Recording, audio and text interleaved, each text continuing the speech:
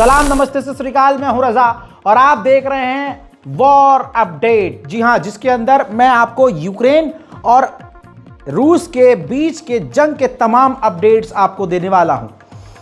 हजरात मोहतरम, ये जंग लगातार बढ़ती ही जा रही है और किसी भी हालत में न यूक्रेन रुकने को तैयार है न रशिया झुकने को तैयार है। अब जब बाइडेन सरकार हटी है और ट्रंप सरकार आई है तो इसके जो तेवर हैं वो यूक्रेन के लिए ठीक नहीं है।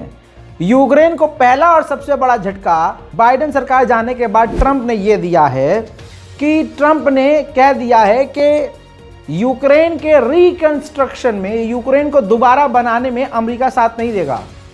प्राइवेट कंपनियों को और दूसरे देशों को, अपने आप जिनका खुद का इंटरेस्ट होगा, वो खुद आएंगे, खुद आपके देश से कॉन्ट्रैक्ट करेंगे और खुद करेंगे भाई साहब रिकंस्ट्रक्शन आपका।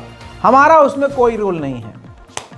वहीं आपको बता दूं कि डोनाल्ड ट्रंप ने जो मदद है यूक्रेन को, जो अमेरिका मदद देता था, वो मदद अभी तक रोकी हुई है। हालांकि प्रोपेगेंडा फैलाते हुए यूक्रेन के राष्ट्रपति ने कहा, जो इस वीडियो में है, जो अलग से नहीं चलाऊंगा ताकि वीडियो कम रहे, साइज कम रहे, खबर ज़्यादा रहे।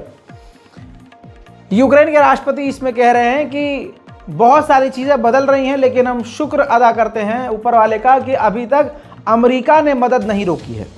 लेकिन हकीकत यह है कि अमेरिका मदद रोक चुका है, जिसकी वजह से यूरोप पूरी तरह से डर गया है, नेटो सहम गया है। रिपोर्ट आपकी स्क्रीन पर।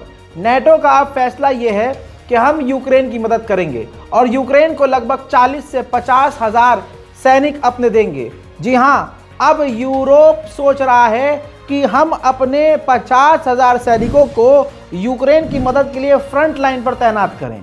अब अगर ऐसा होता है तो आप इस बात को बेहतरीन तरीके से समझते हैं कि ये जंग खत्म और कम तो होगी नहीं, बल्कि ये जंग बढ़ जाएगी। अब यूरोप के इस फैसले के बाद रूस भड़क गया है, भड़कना भी तय है।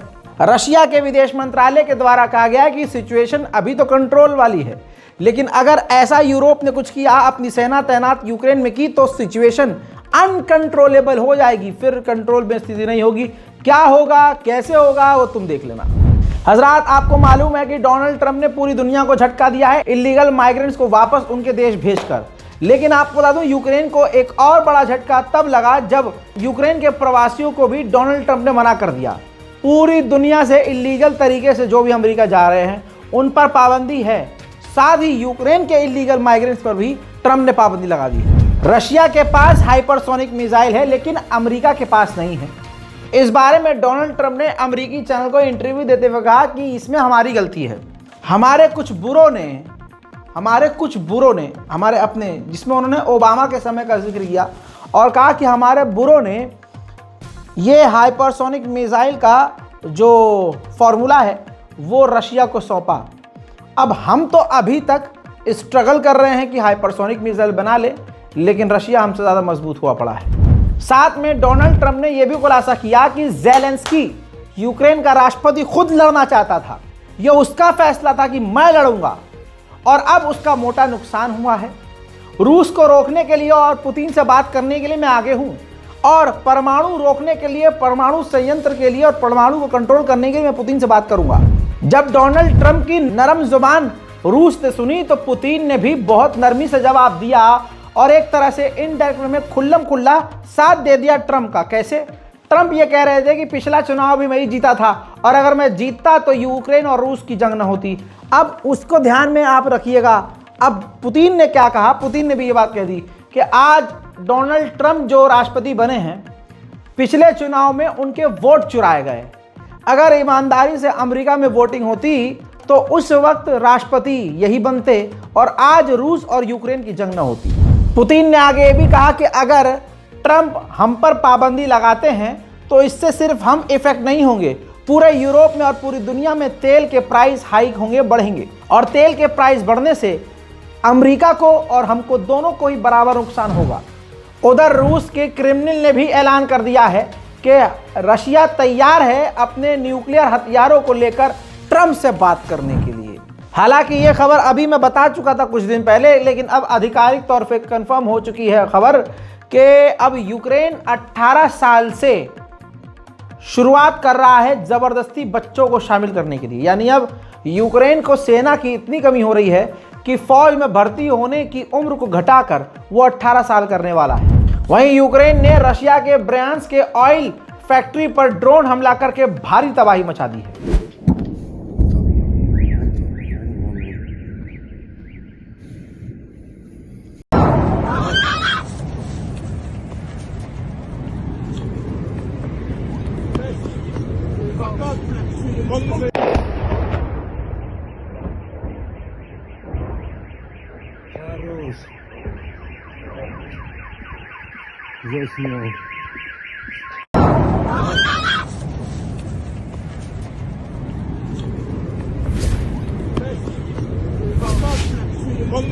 उधर रमजान कादिरोव ने अपनी टुकड़ी को हाई टेक गाड़ियां दी हैं, जिसके अंदर काफ़ी एडवांस टेक्नोलॉजी लगी हुई है और बताया जा रहा है कि इस पर हथियार भी तैनात किया जा सकता है, सेना को ट्रांसपोर्ट भी किया जा सकता है, सेना इसका मैदान जंग में किसी भी तरह से इस्तेमाल कर सकती है और घायलों को भी इस पर ट्रांसफ़र किया जा सकता है। उधर फिनलैंड एकदम से घबरा गया और उसने जानकारी दी कि हमारे बॉर्डर पर रशिया भारी मात्रा में फौज तैनात कर रहा है। फिनलैंड यानी हमें लेकर रूस के इरादे खतरनाक लग रहे हैं। स्लोवाकिया के प्रधानमंत्री ने यूक्रेन को झटका देते हुए कहा है कि स्लोवाकिया कभी नहीं चाहेगा कि यूक्रेन नाटो में शामिल हो, क्योंकि अगर नाटो में यूक्रेन शामिल हुआ तो हमें बहुत प्रॉब्लम होगी। वहीं यूक्रेन के सैनिकों की एक बार फिर से तस्वीर आई है। सड़कों से चलते चलते किसी भी आम नागरिक को, नौजवान को पकड़कर उठाकर गिरफ्तार करके, ये समझिए किडनैप करके ले जा रहे हैं यूक्रेन की सेना में शामिल करने के लिए। ये यूक्रेन का हाल है। वहीं रूस खतरनाक खेल खेल रहा है। यूके के समुद्री इलाके के बेहद करीब रूस की जासूसी शिप तैर रही थी, जिसे डिटेक्ट किया बर्तानिया ने और वार्निंग दी, जिसके बाद रूस का वो जासूसी समुद्री जहाज पीछे हटता है। वही खबर कंफर्म है, रूस पहुंच चुकी है नॉर्थ कोरिया की आर्टिलरी शेल यानी तोप जो सिस्टम है यूक्रेन के खिलाफ रशिया को नॉर्थ कोरिया ने भेज दी है। देखिए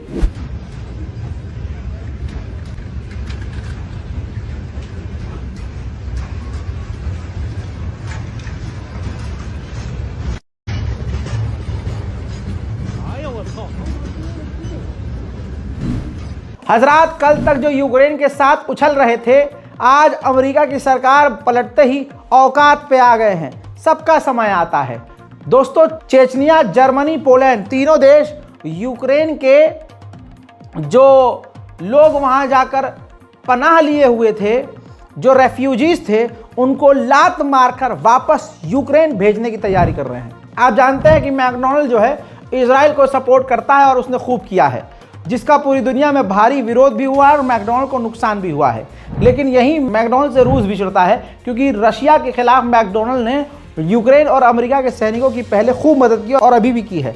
हजरात मोहतरम, इस वजह से रूस ने अपने मुल्क में तमाम मैकडॉनल्ड को बंद कर दिया है। अब डोनेट्स्क यूक्रेन का इलाका है, उस यूक्रेन के डोनेट्स्क के इलाके में रूस ने कब्जा किया। जहां पर मैकडॉनल्ड पहले था, वहां पर उसने मैकफ्लाई नाम का मैकडॉनल्ड के जगह बिल्कुल मैकडॉनल्ड जैसा बस नाम बदल दिया है और अपना जो है फ्रेंचाइजी जो रशिया ने वो खोल दिया है। उधर हंगरी के प्रधानमंत्री ने कहा कि यूरोप ने सबसे बड़ी गलती की। पाबंदी जो रशिया पर लगाई, उससे यूरोप को और सिर्फ रशिया को नहीं, हमें खुद हंगरी को खुद 19 बिलियन यूरोस का नुकसान हुआ। यूरोप के हर देश को नुकसान हुआ, रशिया को इतना नहीं जितना हम सबको हो गया। ये तस्वीर देखिए, यूक्रेन फ्रेंच आर्टिलरी यूनिट इस्तेमाल कर रहा है, फ्रांसीसी जो है तोप इस्तेमाल कर रहा है। रूस ने ड्रोन हमला किया है और मिसाइल भी वहां पर दागी है। वहीं रशिया ने यूक्रेन के ज़ैपोरिज़िया के इलाके में खौफनाक बमबारी की, जिसके बाद वो पूरा इलाका खंडर हो गया। देखिए